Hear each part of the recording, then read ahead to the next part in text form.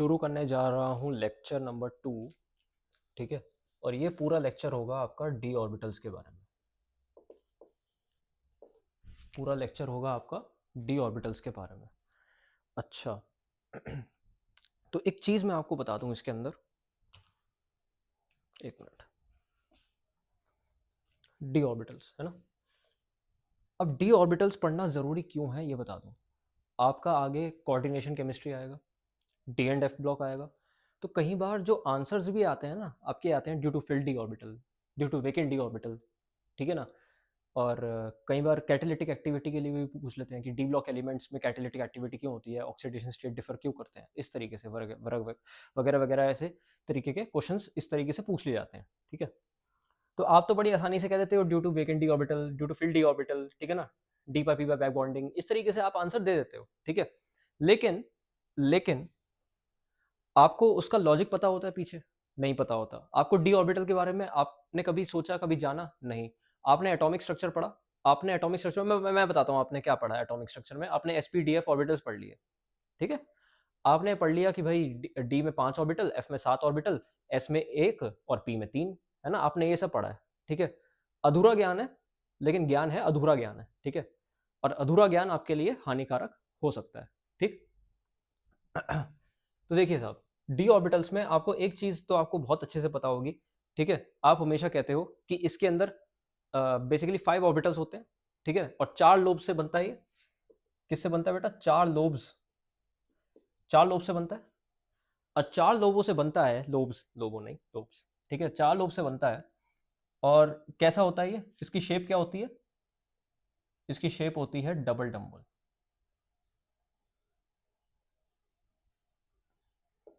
Double dumbbell मतलब कि इस तरीके से होता है ये, है ना। डबल डम्बल इस तरीके से, है ना। तो देखिए साहब, ये बनता कैसे है?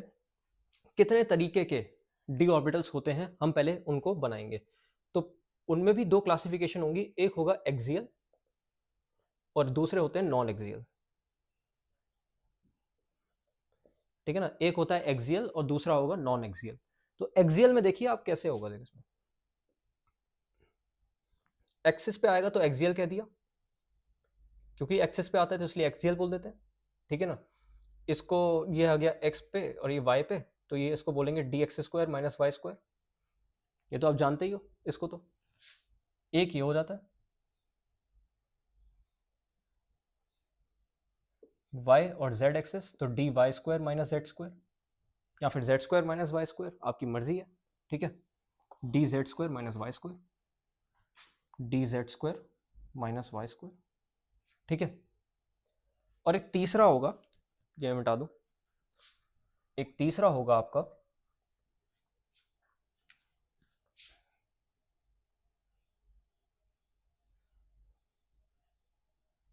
ये है। ठीक D z square minus x square. ठीक है, ये हो गए आपके एक्सियल वाले। और नॉन एक्सियल वाले देखो कौन से होंगे। नॉन एक्सियल वाले ये वाले होंगे जो एक्सिस पे लाई नहीं कर रहे, जो एक्सिस पे लाई नहीं कर रहे वो होंगे आपके, जैसे कि ये हो गया D x y,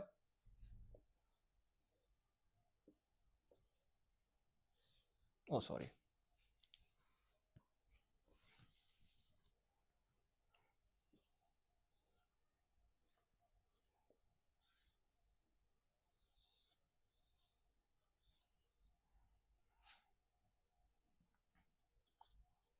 d y Z बोल देते हैं इसको।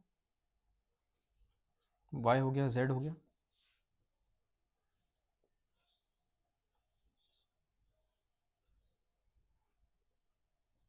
और ये हो गया डी जेड एक्स। आपने यही पढ़ा है, सही पढ़ा है। तो देखिए कितने हमारे डी ऑर्बिटल्स हो गए, कितने तरीके के डी ऑर्बिटल्स आए हमारे पास। तो हमारे पास टोटल डी ऑर्बिटल्स आए हैं कितने?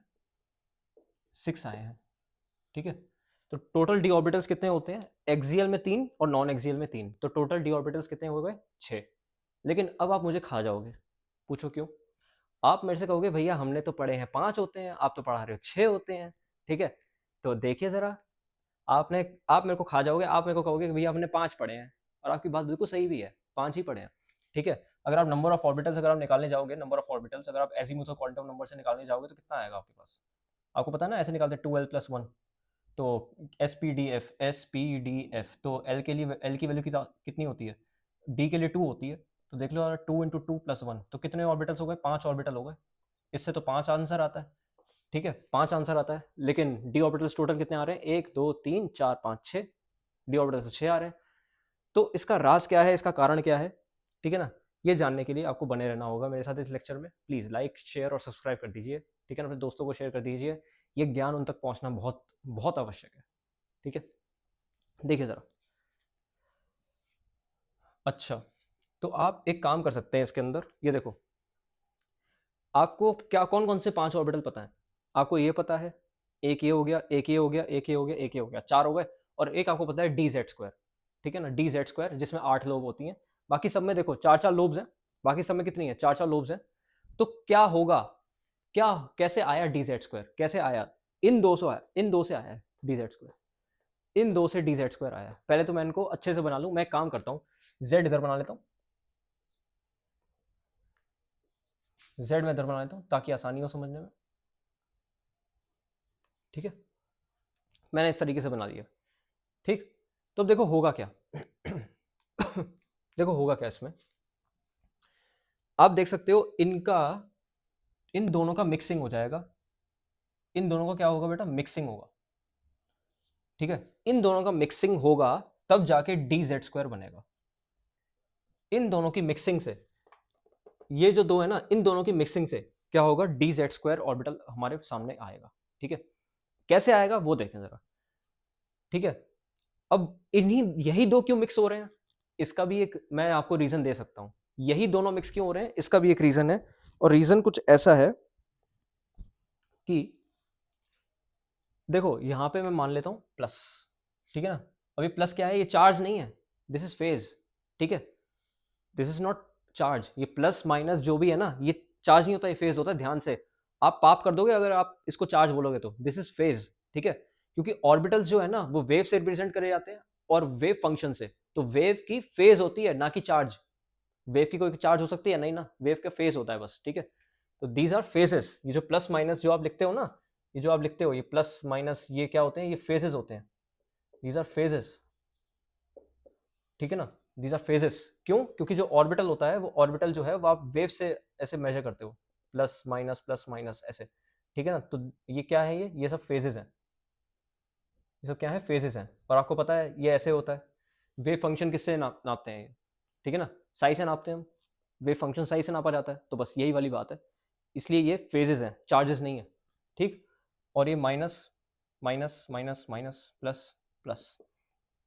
अब एक एक चीज देखना है इसमें, एक चीज देखना है इसमें, पता क्या होगा? अब इसमें पता क्या होगा? इसमें होगी मिक्सिंग। ठीक है, ओवरलैपिंग अलग होती है, मिक्सिंग अलग होती है। ध्यान रखना ये चीज। इसमें क्या होने वाली है? मिक्सिंग होने वाली है। अच्छा, मैं ये सारे मिटा दूं।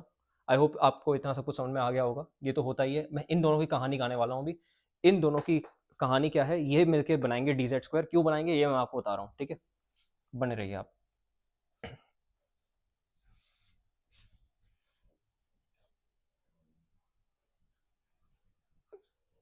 तो देखिए साहब, क्या होगा जब इन दोनों की मिक्सिंग होगी ना, इन दोनों की जब मिक्सिंग होगी तो क्या होगा? देखो, plus plus plus plus minus minus minus minus. तो आप देख सकते हो ये सेम फेज में है। कैसे फेज में है? सेम फेज में है। जैसे ये आ रहा है प्लस प्लस, ठीक है ना, ये तो आ रहा है प्लस प्लस। सेकंड मार्कर चल नहीं रहा। हाँ ये है, ये आ रहा है प्लस प्लस। ठीक है, ये भी आ रहा है प्लस प्लस, इसका इसके साथ मिक्सिंग हो जाएगी। और ये आ रहा है माइनस माइनस, आप देख सकते हैं। ठीक है, ये आ रहा है माइनस माइनस। ठीक है, और ये भी क्या आ रहा है? Minus minus. देख सकते हो आप। तो बिल्कुल ऐसे जाके चिपक जाएंगे, जैसे मैं आपको बताऊं।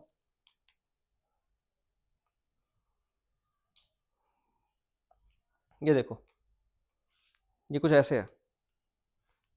ठीक है, ये कुछ ऐसे है। ये इस तरीके से है, ये इस तरीके से है। ठीक है, इसका वाला, ये वाला इसमें चला जाएगा और ये वाला इसमें आ जाएगा। बताओ, ये जो लाल वाला है, ये वाला जो है ये इसके पास चला जाएगा। ठीक है ना, ये प्लस है, तो इसके साथ जाके ओवरलैप कर जाएगा, सॉरी मिक्स कर जाएगा। जब ये मिक्स कर जाएगा तो कुछ ऐसा बनेगा, ये कुछ ऐसा बनेगा। ठीक है ना, ये कुछ ऐसा बनेगा, ये इस तरीके का। देख सकते हो आप, इस तरीके से आएगा ये, देखो ज़रा, इस तरीके से आएगा कि नहीं। तो बस ये वाली बात है इसमें, ठीक है। तो एक काम करते हैं, मैं ऐसे तो पकड़ नहीं पा रहा, इसको पकड़ना बहुत मुश्किल होता है। तो पहले तो मैं एक काम करता हूँ, ये जो एक्स है और ये वाई है, इसको हम बाद में देखेंगे, पहले जेड वाले को देख लेते हैं। देखो जेड तो सीधा सीधा ही है, जेड तो सीधा सीधा ही है, बताओ। ये जो जेड है ये तो सीधा सीधा ही है, बताओ। पहले जेड वाले को देख लेते हैं, ठीक है। ये एक्स और वाई ये परपेंडिकुलर वाले हैं, और जो परपेंडिकुलर नहीं है, जो ये एक्स और वाई ये तो परपेंडिकुलर में है, इसको हम बाद में देखेंगे। इन परपेंडिकुलर वाले को बाद में देखते हैं, पहले ये जेड वाले को देखते हैं, ठीक है ना। ये जेड वालों को, तो जेड वाले तो आपस में आ गए, ठीक है ना। आपस में आके इन्होंने क्या कर दिया, गुलू गुलू कर दिया इन्होंने, एक्सियल कंस्ट्रक्टिव मिक्सिंग हो गई। सर क्या कहते हैं इसको, इसको कहते हैं बेटा axial constructive mixing. Axial constructive, एक सेकंड चलता नहीं है ये, इसको कहते हैं एक्सियल कंस्ट्रक्टिव मिक्सिंग।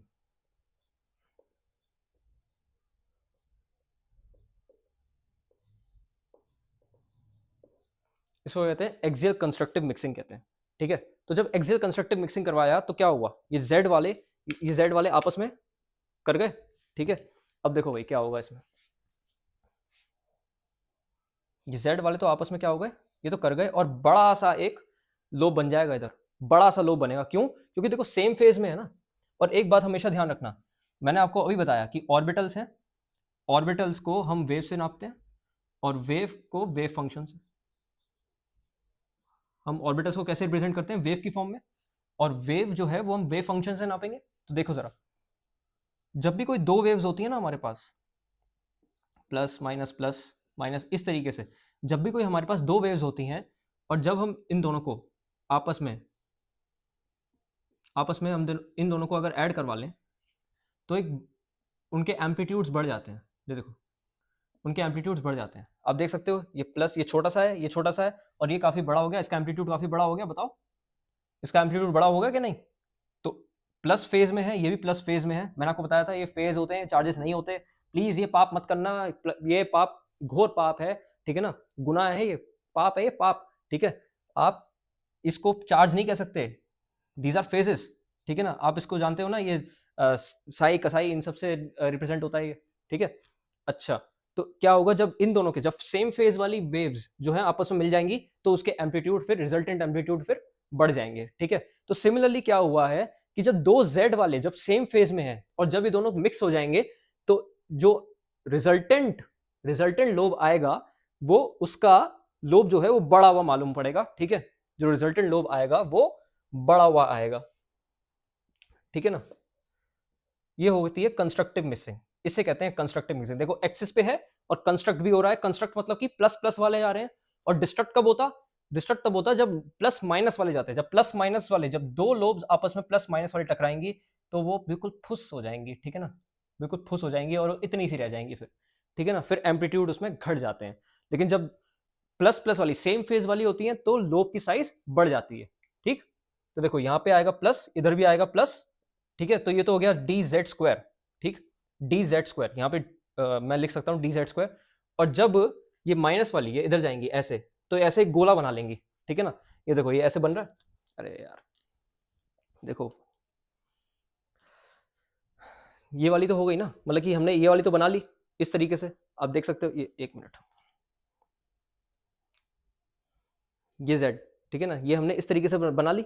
आप देखो, ठीक है, ये बना लिया हमने जेड वाला। अब ये जो एक्स एक्स और वाई है, ये क्या हो जाएगा, ठीक है ना। ये इस तरीके से आएंगी, मतलब कि आप देखो, आप आप देखो भाई, ये वाला कहाँ गया, ये इसके साथ, ये इसके सामने आ रहा है, ठीक है ना। ये इसके सामने आएगा, तो क्या होगा, एक लोब इधर बन जाएगी, ठीक है ना। एक एक लोब इसके इधर बन जाएगी, ठीक है ना। एक लोब इधर बन जाएगी, मतलब आसपास चारों तरफ इसके लोब्स मतलब बन जाएगी, ठीक है ना, इस तरीके से। तो एक लोब इधर, दूसरी लोब इधर, तीसरी इधर, और चौथी इधर, ठीक है ना। तो चार लोब और बन गई, ठीक। देखो हुआ क्या यहाँ पे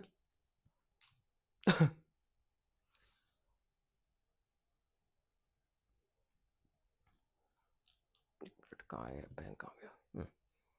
तो देखो भाई क्या हुआ, ये ऐसे आया, ठीक है ना। देखो एक इधर, दो इधर, तीन इधर, चार इधर, ठीक है ना। और ये देखो भाई, ये ऐसे बना, ठीक है।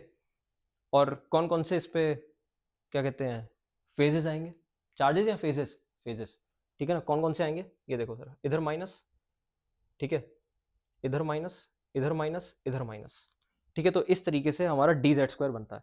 तो ये जो रिजल्टेंट ये जो आया ना, ये इसको कहेंगे हम डी जेड स्क्वायर, या फिर कुछ बुक्स में इसको ऐसे लिखते हैं d two z square minus x square minus y square, इस तरीके से। तो इसको मिला के हम इसको क्या कह देते हैं, डी जेड स्क्वायर ऑर्बिटल नाम दे देते हैं इसको। क्या ये बात आपको क्लियर है?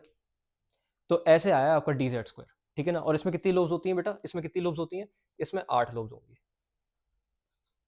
ठीक है ना। ये 8 लोब से बनेगा। क्या बात आपको क्लियर है? ये कितने लोब से बनेगा, ये 8 लोब से बनेगा, बोलो, ठीक है ना। ये जेड एक्सिस है ना, ये 8 लोब से बनेगा, ठीक। क्या बात आपको समझ में आती है? देखो भाई, हमारे पास कितने तरीके के फिर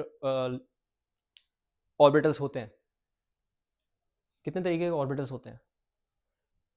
एक तो हमारे पास होते हैं जिनके पास 4 लोब होती हैं, और एक होते हैं जिनके 8 लोब होती हैं, ठीक है।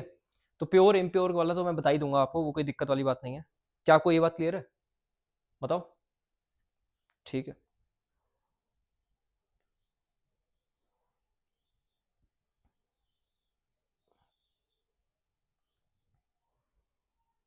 अच्छा, इलेक्ट्रॉन डेंसिटी किस में ज़्यादा होगी, इलेक्ट्रॉन डेंसिटी किस में ज़्यादा होगी, इलेक्ट्रॉन डेंसिटी किस में ज़्यादा होगी, नॉर्मल जो बनते हैं उनमें, या फिर इसमें?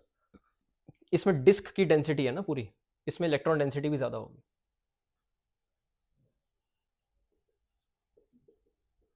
ठीक है ना। क्योंकि इसमें डिस्क है ना, पूरी की पूरी एक डिस्क है इसके अंदर। तो इसमें इलेक्ट्रॉन डेंसिटी पूरी ज़्यादा होगी, पूरे चारों तरफ जो है इलेक्ट्रॉन डेंसिटी पूरी फैली हुई है, इर्द गिर्द पूरी इलेक्ट्रॉन डेंसिटी जो है वो फैली हुई है, ठीक है। अब क्योंकि पूरी इलेक्ट्रॉन डेंसिटी फैली हुई है, तो याद करो मैंने एक चीज़ और बताई थी, शील्डिंग इफेक्ट। ये शील्डिंग इफेक्ट भी ज़्यादा देगा as compare to the other d orbitals. D z square will give more shielding effect, ठीक है। चलो ये मेरे ख्याल से आपका नोट हो गया होगा, मैं मिटा रहा हूँ इसको, ठीक है। आप नोट डाउन करें।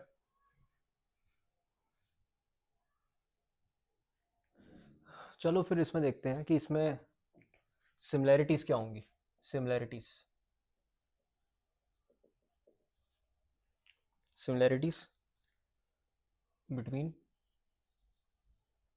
Pure D orbitals and mixed D orbital.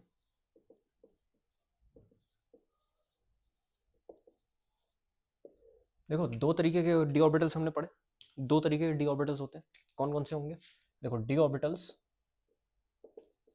दो तरीके के होंगे, एक तो होंगे एक्सियल, ठीक है, एक होंगे एक्सियल और एक होंगे नॉन एक्सियल। एक एक्सियल होंगे, नॉन एक्सियल होंगे। एक्सियल वाले कौन कौन से पढ़े हमने, d z square minus d x square minus y square, और डी जेड स्क्वायर पढ़ा, ठीक है। 5 तरीके के ही होते हैं ना। अब पता चला वो 5 क्यों कहते हैं उन्हें, होते 6 हैं लेकिन फिर भी 5 है, ठीक है ना। मिक्सिंग के बाद 5 हो जाते हैं, ठीक। अब नॉन एक्सियल कौन कौन से होते हैं, d x y, d y z, d z x, ठीक है। ये नॉन एक्सियल हो गए हमारे, बात क्लियर है, ये हमारे नॉन एक्सियल हो गए। अब इसमें देखो होगा क्या, इसमें भी ना दो कैटेगरी आ जाएंगी, एक प्योर आएगा और एक मिक्स्ड आएगा। देखो ये वाले तो प्योर हो गए, d x square minus y square, d x y, d y z, d z x, ये सारे क्या हैं, ये सारे प्योर हैं।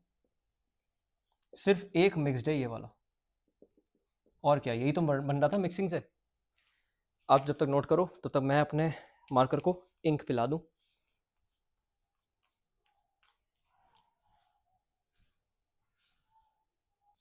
तो आपको ये बात समझ में आ गई, एक ये प्योर वाले होंगे और ये मिक्स्ड वाले होंगे, ठीक है। ये मिक्स्ड है और ये प्योर है, ठीक।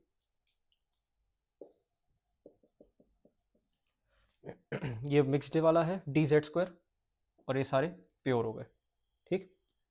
अब इनमें सिमिलैरिटीज क्या है, सिमिलैरिटी अब जरा ध्यान से सुनना। सिमिलैरिटी ये है कि ऑल आर जीरड ऑर्बिटल्स, जीरड ऑर्बिटल्स, जीरड मतलब having centre of symmetry,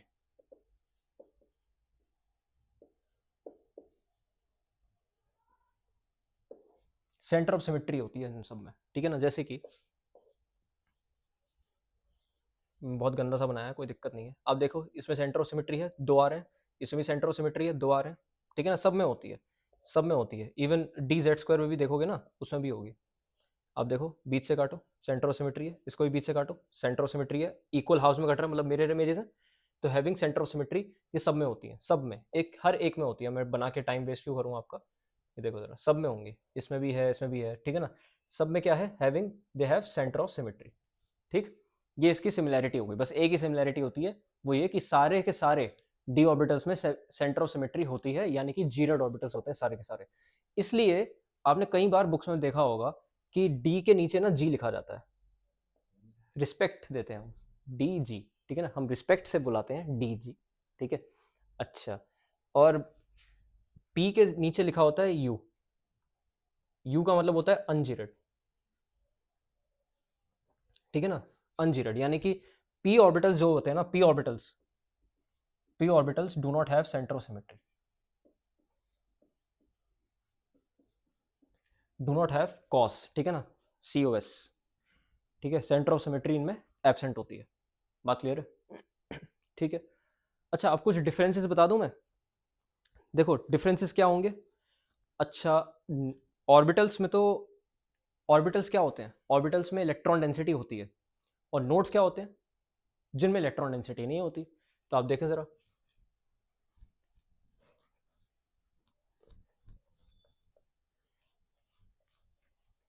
differences देखते हैं दोनों में।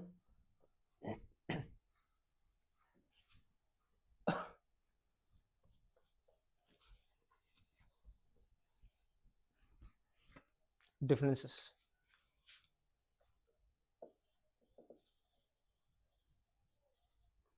डिफरेंसेस देखें between pure D orbital and mixed D orbital.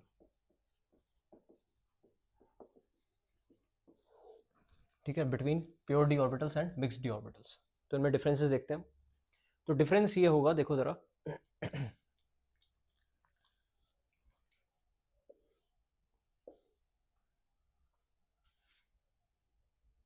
एक चीज नोटिस करना,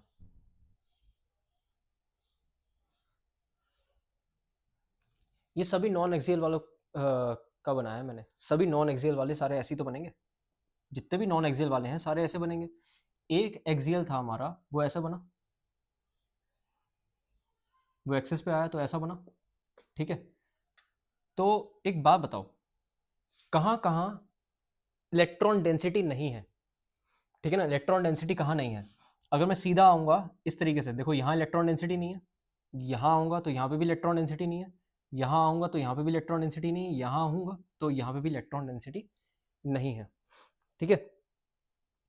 तो कितने हमारे पास नोडल प्लेन्स होंगे, how many nodal planes, how many nodal planes, कितने नोडल प्लेन्स होंगे हमारा, ठीक है ना, ये हमारा सवाल है कि कितने नोडल प्लेन्स होंगे। ये देखो, एक तो ये हो गया और एक दूसरा ये हो गया, तो हमारे पास दो नोडल प्लेन्स है। देखो यहाँ इलेक्ट्रॉन नहीं है और इधर भी इलेक्ट्रॉन एबसेंट है, तो हमारे पास कितने नोडल प्लेन्स हैं, दो नोडल प्लेन्स हैं इधर, ठीक है ना, दो नोडल प्लेन्स हो गए। इसमें कितने नोडल प्लेन होंगे, देखो जरा, क्या यहाँ पे इलेक्ट्रॉन डेंसिटी है, इधर नहीं, तो ये एक नोडल प्लेन हो गया पूरा। क्या यहाँ इलेक्ट्रॉन डेंसिटी है, इधर नहीं, इधर भी कोई इलेक्ट्रॉन डेंसिटी नहीं है, तो हमारे पास यहाँ पे भी कितने हो गए, दो नोडल प्लेन्स। लेकिन अब बात आती है हमारे डी जेड स्क्वायर की। ये तो प्योर हो गए, प्योर में तो हमने निकाल लिया कि दो नोडल प्लेन्स होती हैं, ठीक है। लेकिन जब मैं डी जेड स्क्वायर की बात करूंगा, डी जेड स्क्वायर की जब मैं बात करूंगा, तो मुझे बताओ कितनी नोडल प्लेन्स आएंगी। ऐसा कौन सा कोना है जिसमें इलेक्ट्रॉन डेंसिटी नहीं होगी, हार्डली कोई मिलेगा आपको। आप देखो, तो यहाँ पे भी एक इलेक्ट्रॉन डेंसिटी आएगी, यहाँ पे भी आ रही है, इधर भी आ रही है, इधर भी आ रही है, इधर भी आ रही है, इधर, चारों कोनों से तो इलेक्ट्रॉन से घिरा पड़ा है ये, ठीक है ना। तो इसलिए इसकी बेस्ट शील्डिंग होती है, बेस्ट शील्डिंग, ठीक है, बेस्ट शील्डिंग होती है। तो कई बार एक चीज़ और बता दूँ, डी जेड स्क्वायर ऑर्बिटल जो होता है ना, वो सिग्मा बॉन्ड फॉर्म करता है, वो सिग्मा बॉन्ड फॉर्म करता है। और तभी आपने पढ़ा होगा कि सिग्मा बॉन्ड इतना ज़्यादा स्ट्रॉन्ग क्यों होता है, क्यों, क्योंकि वो डी जेड स्क्वायर से बना होता है। मतलब कि जो डी जेड स्क्वायर होता है ना ऑर्बिटल्स में, 5 हमारे पास डी ऑर्बिटल होते हैं, डी जेड स्क्वायर सबसे पहले आता है। वो इसलिए पहले आता है क्योंकि सिग्मा बॉन्ड फॉर्मेशन, पहला बॉन्ड जो बनता है वो हमेशा सिग्मा बॉन्ड बनता है, ठीक है। उसके बाद पाई बॉन्ड, डेल्टा बॉन्ड, वो सारे फॉलोअर्ड बॉन्ड्स होते हैं। बात क्लियर है? तो ये देखें आप। तो हर तरफ से तो यहाँ पे इलेक्ट्रॉन डेंसिटी से घिरा पड़ा है ये। तो ऐसा क्या है, ऐसा क्या है जहाँ पे हम नोड बना सकते हैं, कहाँ पे इलेक्ट्रॉन डेंसिटी नहीं पाई जाएगी? अगर आप नोटिस करें, अगर मैं यहाँ पे एक कोन बना दूँ, कोन, कौन, ठीक है ना, एक कोन बना दूँ। आइसक्रीम खाई है ना कभी, सॉफ्टी सॉफ्टी खाई है? हाँ, वो कोन में अगर मैं बना दूँ यहाँ पे, तो देखो भाई क्या आएगा। अगर मैं इस तरीके का यहाँ पे एक कोन बना दूँ, कोन शेप, तो देखो भाई इधर एक कोन शेप बना दूँ इधर,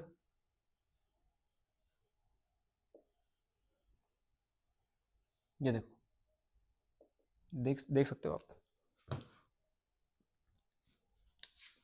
ये देखो, लाल से देखो आप, ठीक है, इधर देखो। तो यहाँ पे इधर, इधर नोड है, इधर कोई भी नहीं है। अगर आप ध्यान से देखो तो इधर अगर ऐसे आएगा ना, इस तरीके से अगर आएगा, इस तरीके से, ये देखो, ये यहाँ पे पूरा है और इधर चारों तरफ जो है, चारों तरफ जो है पूरा घिरा पड़ा है। लेकिन अगर वो बिल्कुल सेंटर से आएगा, एकदम सेंटर से आएगा और ऐसे आएगा, ऐसे अगर आएगा तो फिर क्या होगा? देखो अगर ऐसे आएगा तो क्या होगा, देखो एक कोनिकल नोड बन गया, एक कोनिकल नोड बन गया, ठीक है ना। तो यहाँ पे एक कोनिकल नोड हो गया और दूसरा कोनिकल नोड हो गया, तो यहाँ पे दो कोनिकल नोड्स बनेंगे। ये बहुत इंपॉर्टेंट बात है, यहाँ पे दो कोनिकल नोड्स आएंगी, ठीक है। तो एक बात आपने नोटिस करी, नोडल प्लेन्स, अगर मैं प्योर वालों में बात करूं तो प्योर वालों में तो दो नोडल प्लेन आएंगी। लेकिन अगर मैं ये मिक्स्ड वाले में बात करूं, मिक्स्ड वाले में, mix D orbital, mix D orbital कह लो और फिर सिर्फ डी जेड स्क्वायर कह लो, इसमें कितनी आएंगी? टू कोनिकल नोड्स आएंगी। क्या बात आपको क्लियर है? इसमें कितनी नोड्स आएंगी? इसमें दो कोनिकल नोड्स आएंगी। और पता तो चली गया होगा आपको तो कि भाई, एक बात बताओ, एक चीज़ मैं आपको दिखाता हूँ यहाँ पे।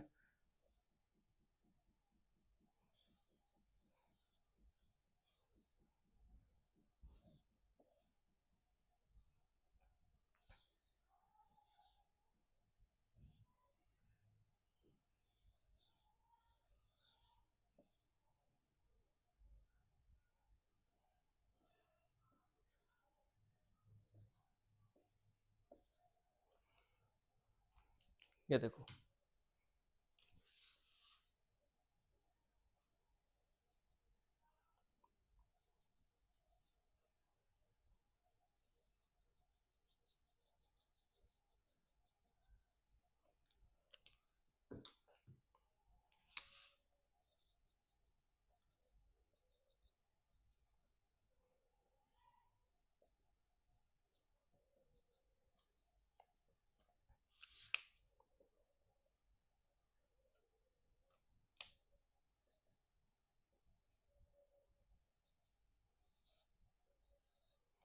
ये देखो भाई, इधर बीच में कहीं न्यूक्लियस है, इधर बीच में कहीं न्यूक्लियस है, और इधर बीच में न्यूक्लियस है। कौन ज़्यादा बेटर शील्डिंग कर पा रहा है? बेहतर शील्डिंग कौन कर पा रहा है? क्या ये करवा रहा है, क्या ये कर पा रहा है? तो कोई भी अंधा भी देख के बता देगा यार, अंधा कैसे देखेगा? लेकिन मैं वैसे कह रहा हूँ कि अगर आप बाहर से किसी को भी बुला लोगे ना, एक चौथी क्लास के बच्चे को भी बुला लोगे, वो भी ऐसे बोल देगा कि कौन ज़्यादा अच्छा घेरा बना रहा है। अगर आप उससे ऐसे सवाल पूछेंगे तो वो भी यही कहेगा कि ये ज़्यादा अच्छा घेरा बना के चल रहा है, ठीक है ना। ये न्यूक्लियस के आसपास सबको सराउंड करके रख रहा है। भाई देखो पूरी साइड, ठीक है ना, इधर इधर इधर इधर पूरी साइड वो न्यूक्लियस को सराउंड करके रख रहा है। इसलिए ये बेटर शील्डिंग प्रोवाइड करेगा, बेटर शील्डिंग, बेटर शील्डिंग है, या फिर आप कह सकते हो कि शील्डिंग पावर ज़्यादा है, शील्डिंग पावर इज मोर, ठीक है ना। इसकी बेटर शील्डिंग है, d z square, d z square की बेटर शील्डिंग है, ठीक है ना। ये वाली बात है। तो इसी चीज़ को पता है हम क्या कहते हैं, इसी चीज़ को हम क्या कहते हैं, इसी चीज़ को हम कहते हैं डिफरेंशियल शील्डिंग, डिफरेंशियल शील्डिंग, ठीक है। मतलब कि डी में भी, डी ऑर्बिटल कैसे शील्ड करते हैं उसमें भी अलग अलग तरीके की बातें होती हैं कि किस तरीके से शील्ड करते हैं। बाकी चार तो हैं, उनकी थोड़ी सी कम शील्डिंग पावर होगी, लेकिन जो डी जेड स्क्वायर है इसकी शील्डिंग पावर ज़्यादा होगी। क्या बात क्लियर है आपको? ठीक। अच्छा, इसके काफ़ी सारे है ना, मतलब एप्लीकेशंस हैं। ठीक, इसके एप्लीकेशंस वैसे कोऑर्डिनेशन में आएंगे जब जीटीडी पढ़ाऊंगा मैं, ठीक है ना, जॉन टेलर डिस्टॉर्शन, तो उसमें आपको पता चलेगा। ठीक।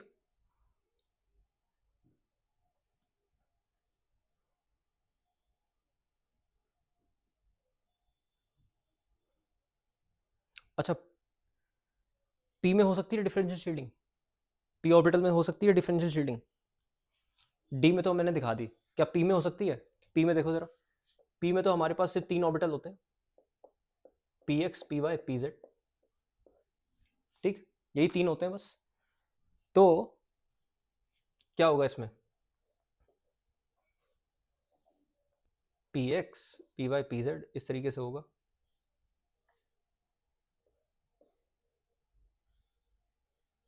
क्या इसमें कोई शील्डिंग हो रही है? बीच में न्यूक्लियस है, इसमें कोई शील्डिंग है? बिल्कुल शील्डिंग नहीं है। अगर है भी तो बहुत कम है, बहुत ही कम है, बहुत ही कम है। और सब में क्या है, बराबर है। तो एक तरीके से बराबर शील्डिंग ही है इसमें। पी एक्स में भी वही है, पी वाई में भी वही है, पी जेड में भी यही है। तो जो पी ऑर्बिटल है ना, P orbital does not show shielding effect, sorry, differential shielding effect, differential shielding. ठीक है, P orbital does not show differential shielding. क्या बात क्लियर है आप लोगों को? ठीक है भाई। अब कल मैं आपको ना कोवलेंट बॉन्ड पढ़ाऊंगा। फाइनली, फाइनली कोवलेंट बॉन्ड पे हम पहुंचेंगे कल। ठीक है, ये तो बेसिक बेसिक मैंने आपको नॉलेज दे दी है, जो आपके लिए बहुत ही ज़्यादा ज़रूरी थी। ठीक है, वरना पता क्या है, बच्चा है ना रट्टा मारता है, रट्टा मारना मेरे को बिल्कुल पसंद नहीं आता क्लास के अंदर। बच्चा रट्टा मारता है, फिर टेस्ट में आके पता क्या होता है, टेस्ट में आके भूल जाता है। ठीक, भैया क्या था, भैया ये नहीं आ रहा, इसलिए केमिस्ट्री में बच्चों को दिक्कत आती है, खासकर इनऑर्गेनिक। ठीक, तो कल मैं लेके आऊँगा आपके सामने कोवलेंट बॉन्ड, कोवलेंसी और एक्साइटेशन थ्योरी। ठीक है, ज़रूरी है वो। ठीक है ना, कार्बन जो है वो 2 बॉन्ड बनाता है या 4 बॉन्ड बनाता है, वो हम देखेंगे। जैसे कि आप देखें ज़रा, कार्बन है, कार्बन है, क्या होता है, 1s2, 2s2, 2p6, sorry 2p2 होगा ना, 6 इलेक्ट्रॉन होते हैं ना, 6 इलेक्ट्रॉन होते हैं, तो ये आएगा देखो, एस में कितने हैं, पी में कितने हैं, तो एस में होंगे 1 2, 1 2, इस तरीके से होगा, इस तरीके से फिल होगा। तो एक बात बताओ, कितने बॉन्ड बना सकता है कार्बन? 2 बॉन्ड बना सकता है, लेकिन मैं तो पढ़ता हुआ आ रहा हूँ कि कार्बन इज टेट्रावेलेंट, कार्बन तो जिंदा ही 4 बॉन्ड पे। ठीक है ना, तो कार्बन का क्या कराना पड़ेगा, तो कार्बन का एक्साइटेशन कराना पड़ेगा। कार्बन का जब एक्साइटेशन करवाएंगे तो ये एस वाला ऑर्बिटल यहाँ पे जाएगा, तो अनपेयर्ड कितने हो जाएंगे फिर, 4 अनपेयर्ड इलेक्ट्रॉन होंगे और वो बॉन्ड बनाएंगे। तो carbon is not tetravalent, excited carbon is tetravalent. ठीक है, और वो एक्साइटेशन थ्योरी में कल लेके आऊंगा आपके लिए। ठीक है, कि कितनी कोवलेंसी है कार्बन की, 2 है या 4 है? 4 ही होती है, लेकिन क्या 2 भी कह सकते हैं, वो सब हम कल जानेंगे। ठीक है ना, तब तक के लिए बाय बाय।